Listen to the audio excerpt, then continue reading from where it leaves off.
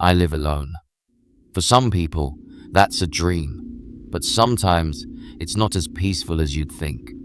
My Wednesday night started like any other.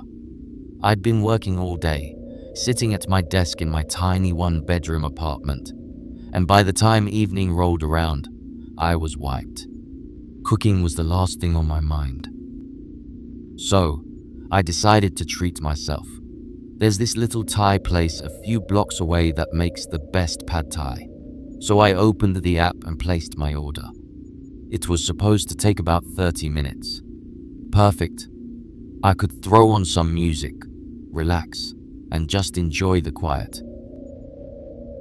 I'll admit, I get a little paranoid sometimes. Living alone will do that to you. Every little creak in the apartment sounds louder than it should, but I try not to let it get to me. I figured I'd scroll through my phone until the food got here. At 9:15, my phone buzzed. "Your order is on the way." I remember thinking, that was fast. I put my phone down and went back to scrolling, already daydreaming about my food. But not even 5 minutes later, there was a knock at the door.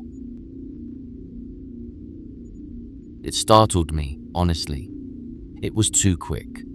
The restaurant's just down the road, but still it didn't make sense. I glanced at my phone, expecting another notification saying the driver had arrived. Nothing.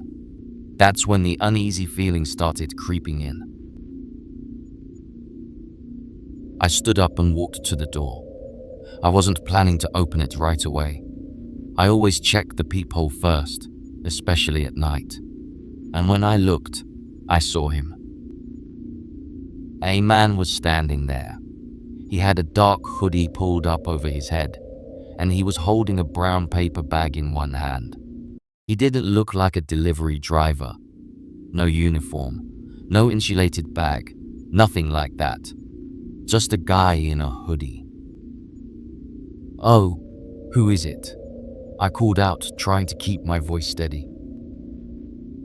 He didn't move for a second, then said flatly, "Your food."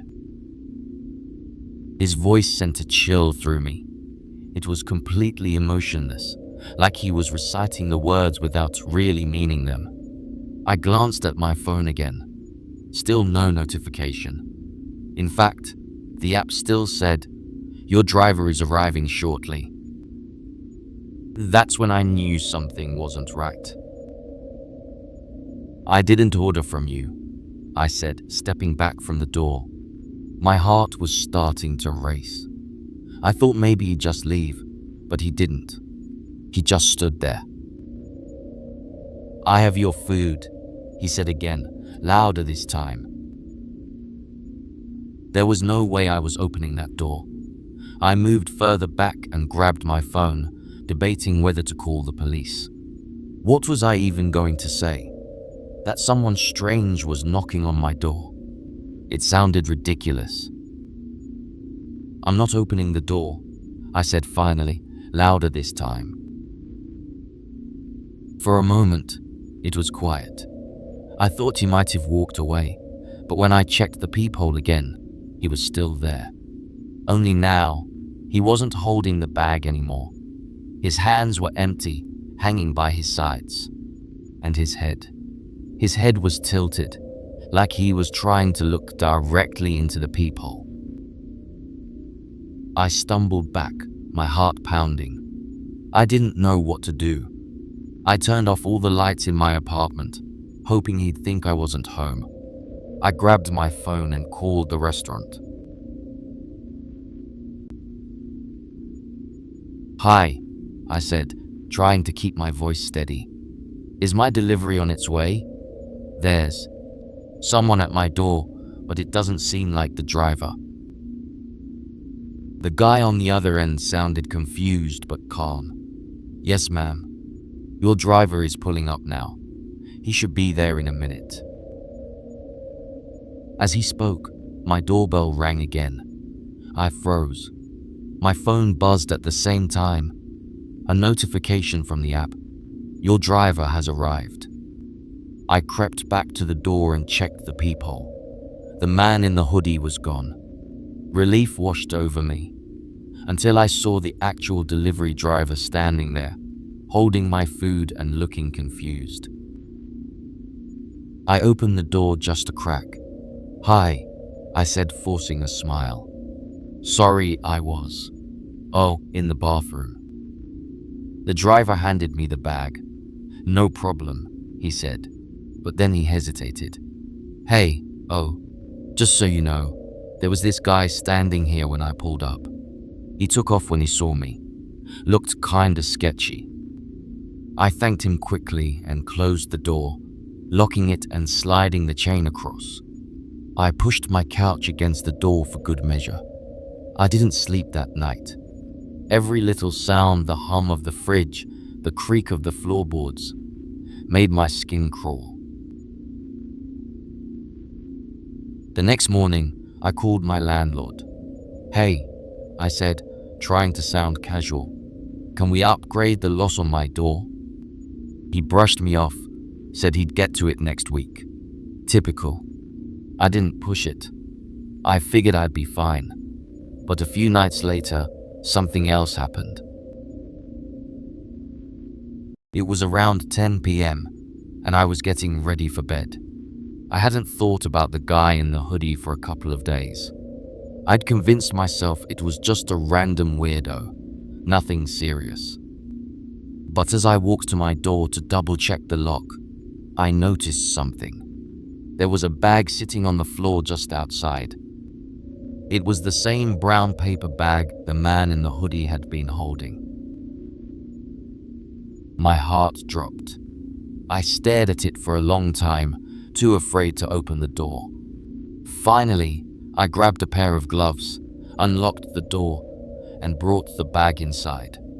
I didn't know what I was expecting, but I knew it wasn't going to be food. Inside was a single piece of paper, folded neatly. There was something dark smeared on it. Dried, maybe. Blood? I didn't want to think about it. My hands were shaking as I unfolded the note. Scrawled in jagged, uneven handwriting were 4 words. "I know you're alone. I haven't left my apartment since. I don't know if I'll ever feel safe here again." I didn't sleep that night. I sat on the couch with my back against the wall, the note still on the coffee table in front of me, taunting me. Every so often, I'd glance at the door, half expecting to hear the knock again or see another bag left outside. But the night passed without a sound. By morning, I was exhausted. The logical part of me wanted to believe it was all a prank, just some random creep trying to mess with me. But then I remembered the way he'd looked at the peephole, the way he'd stayed there, silent and still. That wasn't a prank. That was something else. I called the landlord again. "Listen," I said, trying to keep the panic out of my voice. "I need the loss changed today. Not next week, not tomorrow. Today." He sighed like I was inconveniencing him. "I told you, I'll get to it." "You don't understand," I interrupted. "Someone left a note on my door. I think they're watching me." That got his attention. He mumbled something about checking his schedule and said he'd send someone over by the afternoon. It wasn't good enough, but it was something. I tried to go about my day as usual, but every time I walked past the window, I felt like I was being watched. I closed the curtains and turned on every light in the apartment, even though it was the middle of the day. I jumped at every little sound, the neighbor's dog barking, the buzz of my phone, even my own footsteps on the hardwood floor. Around 3 o'clock, the locksmith arrived. He was a young guy, maybe in his early 20s, and looked like he'd rather be anywhere else. Still, he worked quickly, changing out the deadbolt and installing his secondary lock. "Any reason you need all this?" he asked as he worked. Just being careful, I said, avoiding his eyes. He nodded like he didn't believe me but didn't press. When he finished, I thanked him and locked the door the second he left. That night, I thought I might finally sleep. The new loss gave me a small sense of security. I left the TV on for background noise and curled up on the couch, too nervous to go to bed. At 3:13 a.m., I woke up to the sound of tapping. It was faint, almost like rain against the window, but there was no rain in the forecast. My throat tightened as I sat up, straining to hear. The tapping grew louder. It wasn't coming from the window. It was coming from the door. I grabbed my phone and checked the peephole. My hands were shaking so badly I could barely hold it steady. When I looked outside, the hallway was empty. But the tapping didn't stop. It was rhythmic, deliberate. 3 quick taps, a pause, then 3 more. Like someone knocking softly, but with intent. I backed away from the door, my heart pounding. "Go away," I shouted, my voice breaking. The tapping stopped. For a moment, I thought it was over. But then I heard something else, scratching. It was slow and deliberate, like fingernails dragging down the surface of the door. My stomach turned. I dialed 911, whispering into the phone as the operator answered. "There's someone outside my door," I said. "They won't go away. Please send someone." The operator kept me on the line, asking questions I could barely answer through my panic. I stayed pressed against the wall, clutching the phone like a lifeline, until I heard the distant sound of sirens. The scratching stopped just before the police arrived. When I opened the door for them, the hallway was empty. No sign of anyone. No notes, no bags, no scratches on the door. Nothing. One of the officers, a tall woman with kind eyes, looked at me sympathetically. "We'll patrol the area," she said. "But if you feel unsafe, you might want to stay somewhere else for a few days." Stay somewhere else? Where? This was my home. The thought of leaving felt like admitting defeat. But at the same time, the idea of spending another night here made my skin crawl. After the police left, I did something I hadn't done in years. I called my mom. "Can I stay with you for a little while?" I asked, trying to keep my voice steady. She didn't ask questions. "Of course," she said. The next day, I packed a bag and left. I didn't look back as I locked the door and walked to my car. I told myself it was temporary, that I'd come back once things settled down. But things didn't settle down. The first night at my mom's house, I felt safe for the first time in days. I slept for nearly 12 hours, finally letting the exhaustion catch up to me. When I woke up, I thought maybe I'd overreacted. Maybe it was all in my head. Then I got the text. It was from an unknown number. No message, just a picture of my apartment door.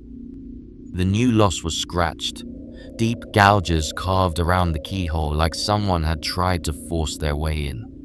My knees buckled as I stared at the screen, bile rising in my throat. Another text came through. 4 words. "You can't lock me out." I blocked the number immediately and called the police again, but there was nothing they could do. The texts were untraceable, they said. Probably a burner phone. "Just stay safe," they told me. Stay somewhere secure, but no place feels secure anymore. Even here at my mom's house, I feel like I'm being watched. Every time my phone buzzes, I flinch. Every knock on the door makes my heart stop. I don't know what they want. I don't know why they chose me. But I know one thing. They're not going to stop.